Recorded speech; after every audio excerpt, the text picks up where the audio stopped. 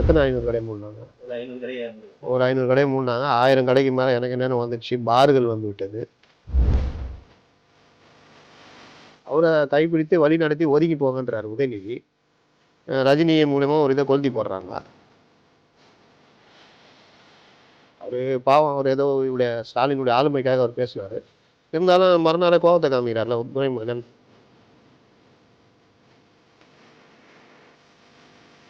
DMK ஆதரவா பேசினா ஒரு மேல ஒரு கேள்வி எழுது, திமுக எதிராக பேசினா கேள்வி எழுது. அவர் நிலைப்பாடு எப்படி இருக்கு? திருமாவளவன் நிலைப்பாடு கேள்வி ஆகிட்டே இருக்கு. இப்ப திமுக ஆட்சி வந்து வேங்க வெயில் நாங்க இந்த பட்டியல் மக்கள் பிரச்சனையப்ப திரும்ப வாய்ஸ் கொடுக்கல, அப்படி திமுக ஆதரவா பண்றாருன்னு ஒரு கேள்வி இருந்துச்சு. இப்ப திமுக கூட இருந்துட்டு மதுவிலக்கு கொண்டு வந்து திமுக எதிராக பேசுறாரு. அப்பயும் ஒரு மாதிரி கேள்வி புரியுதான் ஆகுது. மதுவிலக்கு கொள்கை பேசினா திமுக எதிர்ன்னு சொல்றீங்களா? மக்களை வந்து மதுரை ஆக்கிட்டு அவங்க நலத்திட்ட உதவி கொடுக்குறது தப்பான விஷயம். அப்படி இந்த கள்ளக்குறிச்சி விஷயத்தை மீட் பண்ணி தான் பேசுனதா அடிக்கணும். 2021 தான் இந்த பிரச்சனை இருக்குது. என்ன இப்ப மட்டும் தூக்கிட்டு வந்து பண்றீங்க? ஏன் 24க்கு முன்னாடி பண்ணிருக்க வேண்டியதானே?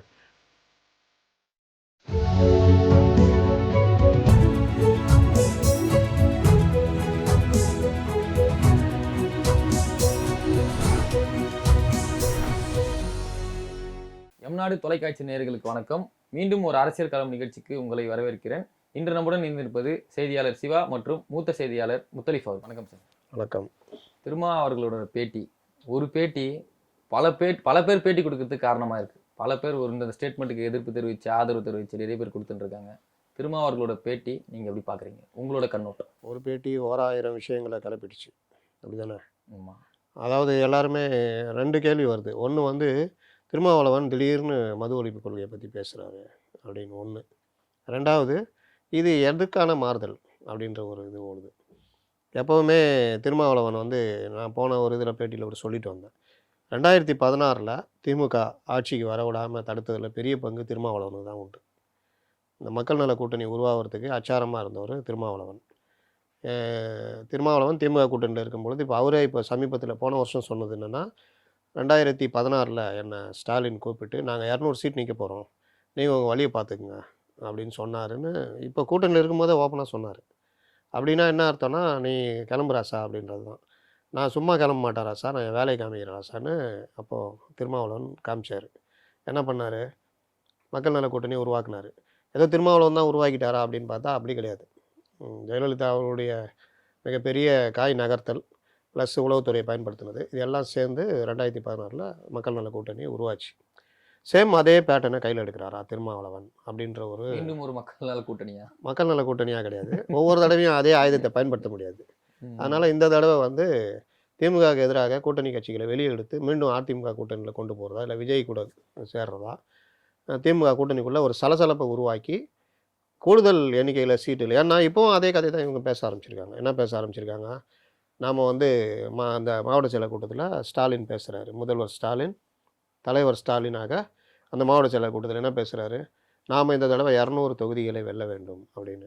அப்படின்னா திமுக தான் அர்த்தம். அப்போ இவங்க 200 ஜெயிக்கிறாங்கன்னா திமுக மற்ற கூட்டணி கட்சி 34? ஏற்கனவே காங்கிரஸ் 25 கொடுத்தே ரொம்ப மன வருத்தத்தில் இருக்காங்க. 60 சீட்டு வாங்கின காங்கிரஸ், அதுலேயும் 2011 60 சீட்டு கொடுத்துட்டு இவங்க 63 கேட்குறாங்க, இவங்க 60 சீட்டு கொடுக்குறேன்றாங்க. 3 சீட்டுக்கு கட்டி உருள்றாங்க. கூட்டணி இல்லைன்ட்டாங்க. உடனே அறிவாலயத்தில் பட்டாசுலாம் வெடிக்கிறாங்க. ஏன் வெடிக்கிறாங்கன்னா, 60 சீட்டே இல்லை காங்கிரஸ் இல்லைன்னா அங்கே நம்ம நிற்கலான்ற ஒரு இது இருக்கும்ல. அதனால் அது லாஸ்ட்டில் ஒரு வழியாக பேசி முடித்து கொண்டு வந்தாங்க. அப்போது அப்படிப்பட்ட காங்கிரஸ் போன எலெக்ஷனில் 25 சீட்டு நிற்கிறாங்க. அப்போ இப்போ 34 சீட்டு தானே. அப்போ காங்கிரஸுக்கு எவ்வளோ, விடுதலை சிறுத்தைகள் எவ்வளோ, இடதுசாரிகள் எவ்வளோ, மதிமுகவுக்கு எவ்வளோ, முஸ்லீம் லீக் எவ்வளோ, மனிதநேய மக்கள் கட்சிக்கு எவ்வளோ, அப்புறம் இவர் இருக்கார் கொங்கு ஈஸ்வரன் இருக்கார், பன்ருட்டி வேல்முருகன் இருக்கார். என்ன பிரித்து கொடுக்க முடியும்? நம்ம திருமாவளவன் நிலைப்பாடு கேள்விப்பட்டே இருக்குது. இப்போ திமுக ஆட்சி வந்து வேங்க வெயில் நாங்கள் இந்த பட்டியல் மக்கள் பிரச்சனையப்போ திரும்ப வாய்ஸ் கொடுக்கல, அப்படி திமுக ஆதரவாக பண்ணுறாருன்னு ஒரு கேள்வி இருந்துச்சு. இப்போ திமுக கூட இருந்துட்டு மதுவிலக்கு கொண்டு வந்து திமுக எதிராக பேசுறாரு. அப்பயும் ஒரு மாதிரி கேள்வி புரியுதான் வருது. மதுவிலக்கு கொள்கை பேசினா திமுக எதிர்ன்னு சொல்கிறீங்களா? அவர் அந்த டேட்டா சொல்லியிருந்தாரு. அவர் சொன்ன பேட்டி வந்து பார்த்தீங்கன்னா, மக்களை வந்து மதுரை ஆக்கிட்டு அவங்க நலத்திட்ட உதவி கொடுக்குறது தப்பான விஷயம், அப்படி இந்த கள்ளக்குறிச்சி விஷயத்தை மீன் பண்ணி தான் பேசினதா டிகோட் பண்ணி மாநாடே கள்ளக்குறிச்சியில் நடத்து.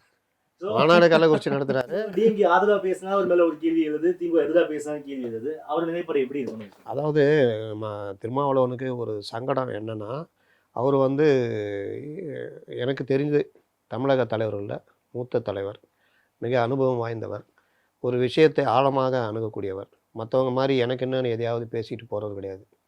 அப்போ திருமாவளவனுடைய அந்த பேச்சு ஒவ்வொன்றுமே ரொம்ப டெப்த்தாக இருக்கும்.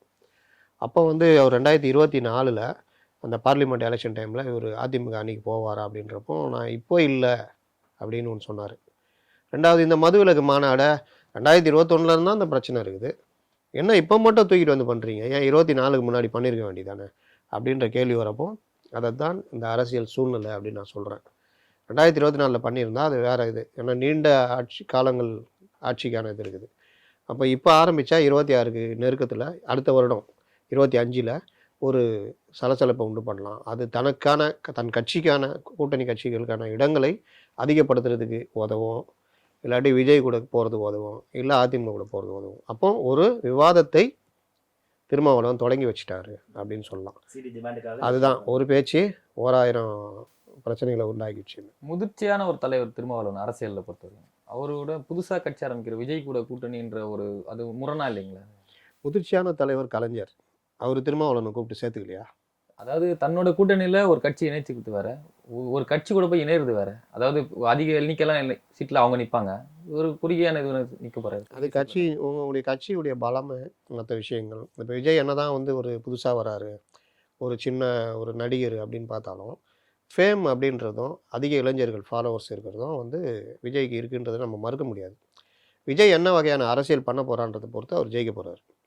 அப்போ அவர் ரொம்ப ஒரு தீவிர அரசியல், ஒரு அக்ரெசிவ் அரசியல், இப்போ ஒரு அண்ணாமலை மாதிரி, ஒரு சீமான் மாதிரி டே டு டே ஆக்டிவிட்டீஸில் இறங்குறாரு, தன்னுடைய கட்சி நிர்வாகிகளை ரொம்ப பலப்படுத்துகிறாரு, வேறு கட்சியிலேருந்து தலைவர்களை தன் கட்சிக்கு இழுத்து ரொம்ப அக்ரெசிவாக கொண்டு போகிறாருன்னா, எனக்கு தெரிஞ்சு எல்லாரையும் ஓட்டப்பந்தயத்தில் ஜெயிச்சு கிட்டத்தட்ட திமுக அதிமுக ஈக்குவலாக வந்து நிற்கிறதுக்கான வாய்ப்புகள் அதிகம். அதை அவர் செய்யலைன்னா வர முடியாது. அப்போ இந்த இடத்துல நீங்கள் வந்து திருமாவுக்கு அந்த மாதிரி வாய்ப்பு இருக்குன்னா இல்லை, விஜய்க்கு அந்த வாய்ப்பு இருக்குது. விஜய்கிட்ட எதிர்பார்ப்பு இருக்குது எல்லாருமே. இப்போ இந்த ஒரு இடத்துக்கு ஒரு மீட்டிங் வந்து விஜய் இங்கே மீட்டிங் போட போகிறாரு கேகே நகரில் அப்படின்னா, அது எப்படி ஜனங்க பிரச்சனை தள்ளுமுள்ளு எப்படி ஆகுமோ, திருமாவுக்கு அந்த அளவுக்குன்னா இவர் வழக்கமான தலைவர் தானே, இவ்வளோ பர்சன்டேஜ் தான்ற மாதிரி பார்க்குற பார்வை தான் இருக்கும். அப்போ இந்த மாதிரி வித்தியாசங்கள் தான் நம்ம பார்க்கணும். அரசியலில் இதெல்லாம் பார்க்க முடியாது. இங்கே நேற்று கட்சி ஆரம்பித்தோம், இன்னைக்கு கட்சி 96ல் காங்கிரஸ்லேருந்து மூப்பனார் உடச்சிக்கிட்டு வர்றாரு. வந்த உடனே அவருக்கு 40க்கும் மேற்பட்ட சீட்டு வந்து கலைஞர் கொடுக்குறாரு. இவங்க கூட கூட்டணியே வைக்க மாட்டேன் அப்படின்னு ஜெயலலிதா கடுமையாக விஜயகாந்தை ரொம்ப சாதாரணமாக ஒரு எம்எல்ஏ ஜெயிச்சவர், 4% வச்சுருக்கிறவர், அதுக்கப்புறம் 10%, ஒன்றும் இல்லாத ஆள், ஒரு நடிகர், இவர் என்ன ஒரு இதுவா? ஜெயலலிதா என்ன அவங்க லெவலில் வேறு. அப்படி யோசிச்ச ஜெயலலிதா தான் 2011 விஜயகாந்த் கூட கூட்டணி வச்சுக்கிட்டாங்க. அவங்களுக்கு கோவம், சேர்றதுக்கெலாம் விருப்பம் கிடையாது. ஆனால் இவங்களாம் சொல்லி சேரலைன்னா நம்ம ஜெயிக்கிறது கஷ்டம் அப்படின்னா பிறகு தான் சேர்ந்தாங்க, ஜெயிச்சாங்க. அதனால் அரசியல் அதெல்லாம் பார்க்கவே முடியாது. இப்போ திமுக அதிமுக மாதிரியே அமைப்பு ரீதியாக விசிகா தமிழ்நாடு ஃபுல்லாக ரொம்ப ஸ்ட்ராங்காக தான் இருக்குது. இப்போ 2021 எலெக்ஷனில் டிஎம்கே அலைன்ஸில் விசிகா இருந்தப்போ பட்டியல் தலைவர் எங்கிட்ட இருக்காரு, சிறுபான்மை ஆதரவு எங்கிட்ட தான் இருக்குதுன்னு ஒரு ஃபேஸ், ஒரு பர்செப்ஷன் டிஎம்கே கொண்டு வந்தாங்க. அந்த ஃபேஸை இப்போ ஈஸியாக டிஎம்கே விட்டுருவாங்களா? திரும்ப வேண்டாம், ஓகே இவ்வளோ பேசுறாரு அப்படின்னு திரும்ப மாற்றி அந்த தலைவர் இருக்கார், பட்டியலின தலைவர் கூட்டணிக்கு வேணும்னா திரும்ப ஒரு வேலை வெளியேறிட்டார் அப்படின்னா. ஆனால் இவங்க அப்படி இல்லை. எனக்கு தெரிஞ்சு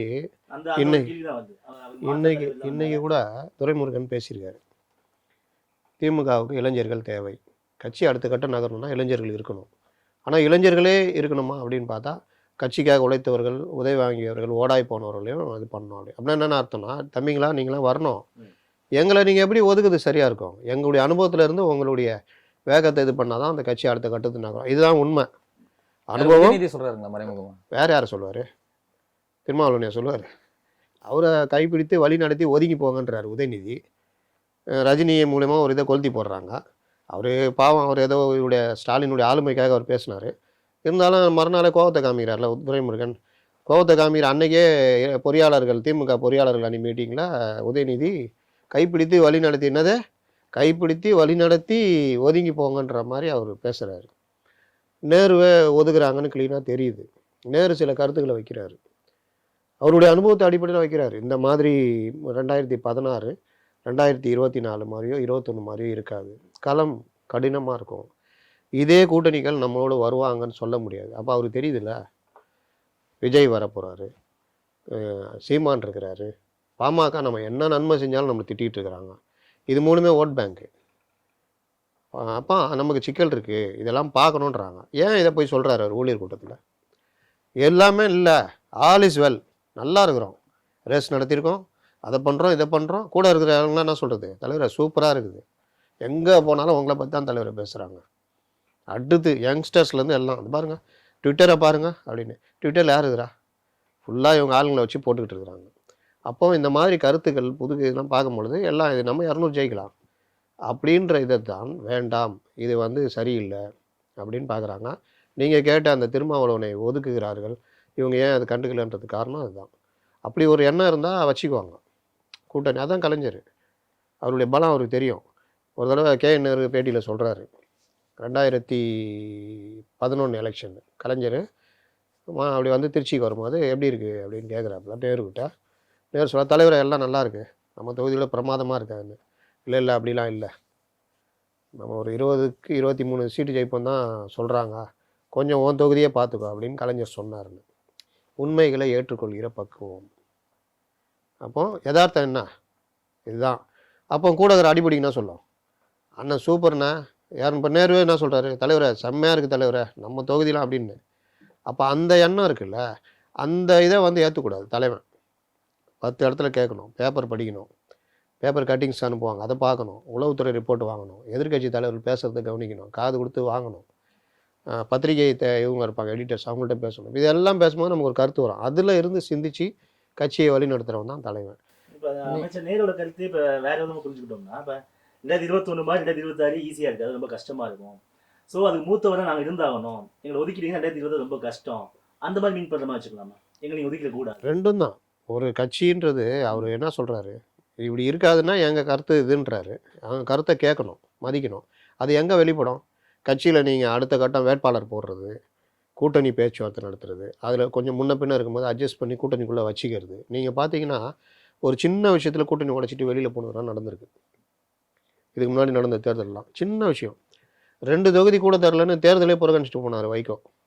2011 தான்.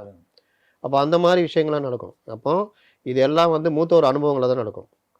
இது சேர்ந்து இளைஞருடைய வேகம், அதை எதுக்கு மற்ற விஷயங்களுக்கு தேர்தல் பண்ணி மற்ற இதுக்கெல்லாம் அதோடு சேர்ந்து அனுபவம் போடுவாங்க.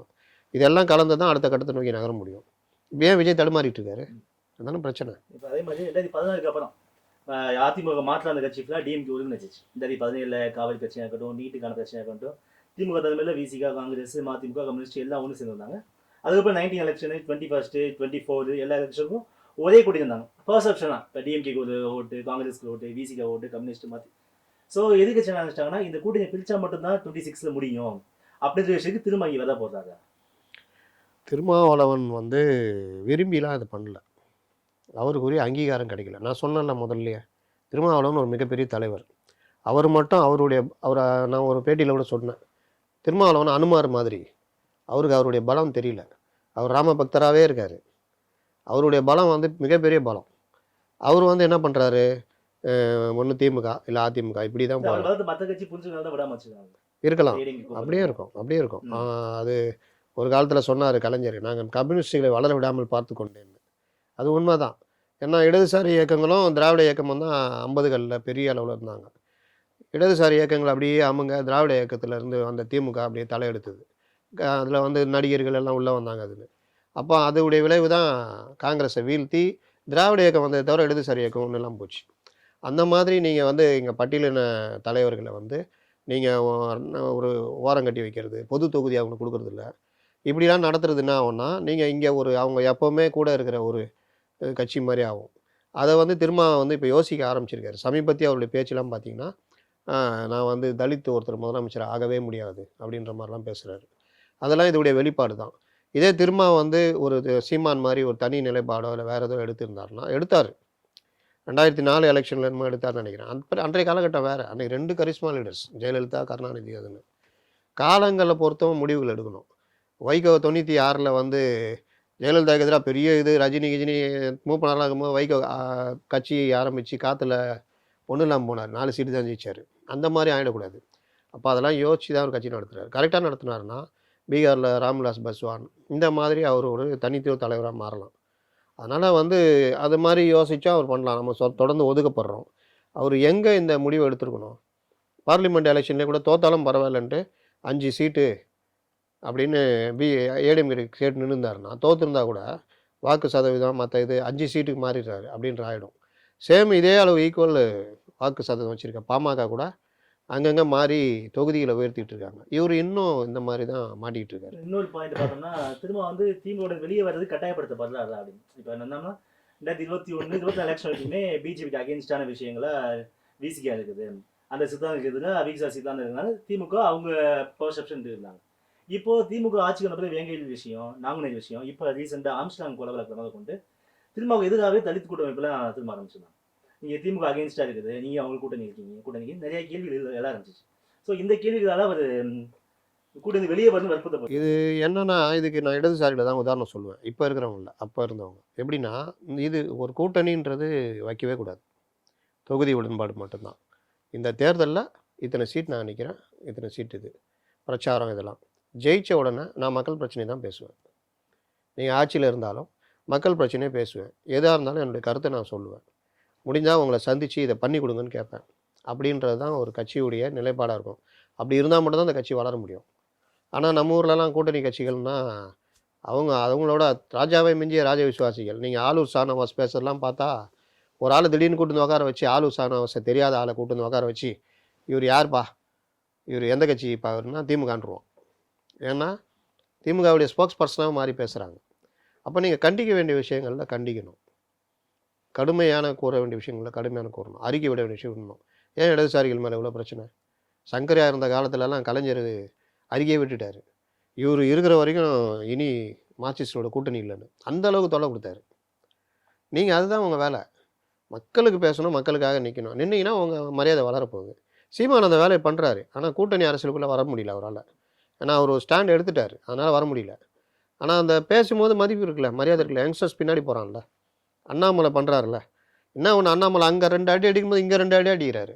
அதனால் அந்த கூட்டணி மொத்தமாக கலாஞ்சிடுச்சு. அவரும் ஒரு லீடர்ஷிப் குவாலிட்டிக்கு ஆள் கிடையாது. ஆனால் என்ன செய்யணுன்றதை செய்கிறார். இதுதான் வித்தியாசம். திரும்பக்கிட்ட அந்த பிரச்சனை இருக்குது. சில இடங்களில் கம்முன்னு மென்மையாக போகிறார். வேங்கை வயல்லாம் மென்மையாக கடுமையான எதிர்ப்பு காமிச்சிருக்கணும். காமிச்சிருந்தா இவங்களும் பயந்துருப்பாங்க, நடவடிக்கை வந்திருக்கும். இவர் மேலே மரியாதை இன்னும் கொஞ்சம் கூடி. அது என்னங்க கலந்தவனை கண்டுபிடிக்கிறதுக்கு என்ன பெரிய விசாரணை? அது உட்காந்து விசாரணை போகும்போது பேச ஒன்றா நீட்டை பற்றி எதுக்கு பேசுகிறீங்க? அதுவும் சுப்ரீம் கோர்ட்டில் இருக்க தான் செய்யுது. அதனால் மக்கள் பிரச்சனை சார்ந்த பிரச்சனைகளை உங்கள் கருத்தை சொல்ல போகிறீங்க. அந்த விசாரணைக்கு எதிராக நீங்கள் சொல்ல போகிறீங்க. கள்ளக்குறிச்சி மாணவ விவகாரம் இருக்குது. போராட்டம் வேறு, அடையாளப்பூர்வமான போராட்டம் வேறு. சும்மா ஒரு வள்ளூர் கூடத்தில் போட்டு பேசிட்டு போயிடுதா, போங்கப்பா ரைட் ஓகே நாங்களும் பண்ணிட்டோம் அப்படின்னு. அது கிடையாது. இல்லை, ஒரு இயக்கத்துக்கு நீண்ட போராட்டம், அந்த இதில் என்ன சக்ஸஸ் பண்ணுறீங்கன்றதை கொடுத்தா அவங்களுக்கு மரியாதை இருக்கும். அதை வச்சு தான் அவங்க திரும்பி பார்ப்பாங்க. இப்போ அதிமுக பாயிண்ட் ஆஃப் வியூ, திருமாவோட கருத்து, திரும்ப ஒரு வேளை அதிமுகவுக்கு வரலாம்ன்ற விருப்பப்பட்டாலும் அதிமுக பாயிண்ட் ஆஃப் வியூ இருக்குல்ல. ஏன்னா திரும்ப பாஜக பாமக இல்லாத அணிகளில் தான் இடம் பெறுவோம்னு சொல்லியிருக்காரு. ஒருவேளை திரும்ப வரும் பட்சத்தில் பாஜக பாமக இவங்களை தவிர்க்கிறதுக்கு அதிமுக தயாராக இருக்குமா? ஒருவேளை அவங்க கூட்டணிக்கு வரும் பட்சத்தில்? இப்போவே அப்படி தானே இருக்குது. இப்போ கூட ஒரு சமீபத்தில் திருமாவுக்காக இவங்க 2 பேரையும் புறந்தள்ளுறதுக்கு அதிமுக என்ன திருமாவுக்காக போன வாரம் கூட சொன்னார். இவங்க பாஜக வந்தால் கூட நாங்கள் சேர்ற மாதிரி ஐடியா இல்லை, எங்கள் தலைவர்களை அவ்வளோ அவமானப்படுத்துகிறாங்க, எங்களை அவமானப்படுத்துகிறாங்க, கொஞ்சம் கூட ஒரு இது இல்லை அப்படின்னு இப்போவும் சொல்கிறேன். பாஜக சைடில் கடுமையாக ட்ரை பண்ணிகிட்ருக்காங்க. பாமக சார், பாமகலாம் நீ கணக்கில் வச்சுக்காதீங்க. அவங்க திடீர்னு நீங்கள் 2019 எலெக்ஷன் இங்கே அன்புமணி பேசிகிட்டு இருக்காரு, டிஎம்கே அணியில் பாமக வந்துடும் அப்படின்னு எல்லாருமே எதிர்பார்த்துக்கிட்டு இருக்கிறோம். கிட்டத்தட்ட 7 சீட்டு என்னமோ பேசி உறுதியானி காலையில் நாங்கள் சொல்கிறோம் அப்படின்னு அப்பாட்ட பேசி சொல்கிறோன்ற மாதிரி தகவல் எங்கள்லாம் வருது. கிட்டத்தட்ட முடிஞ்சிடுச்சின்னு நினைக்கிறோம். காலையில் பார்த்தா எல்லாம் லீலா பேலஸ் ஹோட்டலில் அதிமுகவோட சைன் பண்ணிட்டு நிற்கிறாங்க. என்ன சொல்லுவீங்க? அதனால் அவங்கள பாமக நீங்கள் எந்த பாமகவுடைய பிரச்சனையே காரணமே இதுதான். அவங்க ஒரு ஸ்டாண்டில் நின்றுருந்தாங்கன்னா இன்றைக்கி பாமகவுடைய இதுவும் வேறு. அவங்க இந்த மாதிரி மாறி மாறி அந்த டைமுக்கு முடிவெடுக்கிறதுனால தான் அவங்களுக்கும் சிக்கல் வருது. கொள்கைக்காக மாற்ற மாற்றம் பண்றாங்க. கொள்கைலாம் ஒன்றும் கிடையாது. என்னங்க கொள்கை? இவங்களோட கொள்கை, அவங்களோட கொள்கை. அதெல்லாம் ஒன்றும் கிடையாது. அந்த டைமில் திடீர்னு முடிவெடுத்து போகிறது. நீங்கள் ஏடிஎம் கூட நிற்க வேண்டியதானே இந்த தடவை. திமுக வீழ்த்தப்பட வேண்டும். இந்த கூட்டணி வீழ்த்தப்படணும்னா உங்களுக்கே தெரியும்ல. பாமக, ஏடிஎம்கே, தேமுதிக எல்லாம் சேர்ந்து இருந்தாங்கன்னா அதிமுகவுக்கு இந்த அளவு ஒரு வீழ்ச்சி வந்திருக்காது. கிருஷ்ணகிரி இதிலெல்லாம் தருமபுரிலாம் ஜெயிச்சுட்டு இருக்கலாமே. உங்களுக்கு பாமகவுக்கும் சீட்டு கிடச்சிருக்கும். 2-3 எம்பியாவது கிடச்சிருப்பாங்க. அப்போ இது எல்லாத்தையும் அப்போ என்ன முடிவு எடுக்கிறீங்க நீங்கள்? அதனால் இவங்க எப்போவுமே இதுதான் பிரச்சனை. திமுகவோட 2019 ஜெயிச்சிருந்தா 7 எம்பி அடிச்சிருக்கலாம். பெரிய கட்சியாக அவங்களுக்கு ஒரு டாமினேஷன் கட்சியாக மாற்ற முடியும்ல. அதே கூட்டணி அப்படியே 21 தொடர்ந்துருந்தா ஒரு 20 எம்எல்ஏக்கு நின்று இருந்தால் அதுவும் நல்லா ஜெயிச்சிருக்கலாம். அப்போ அவங்க வந்து காலத்துக்கு மழை பெய்யும் போது மாவு விற்கிறாங்க, காற்றடிக்கும் போது மாவு விற்கிறாங்க, மழை பெய்யும் போது உப்பு விற்கிறாங்க. ரெண்டுமே ஒத்து வராது. அதுதான் பிரச்சனை. Okay sir. அரங்கத்துக்கு வந்து பல கேள்விகளுக்கு தங்களுடைய கருத்துக்களை பதிவு செய்வதற்கு நன்றி சார். நன்றி. பாதகம் செய்பவரை கண்டால் நாம் பயங்கொள்ளலாகாது பாப்பா. மோதி மிதித்து விடு பாப்பா, அவர் முகத்தில் உமிழ்ந்து விடு பாப்பா. அண்மை செய்திகளை உடனுக்குடன் தெரிந்து கொள்ள இணைந்திருங்கள் இயம்நாடு தொலைக்காட்சியுடன்.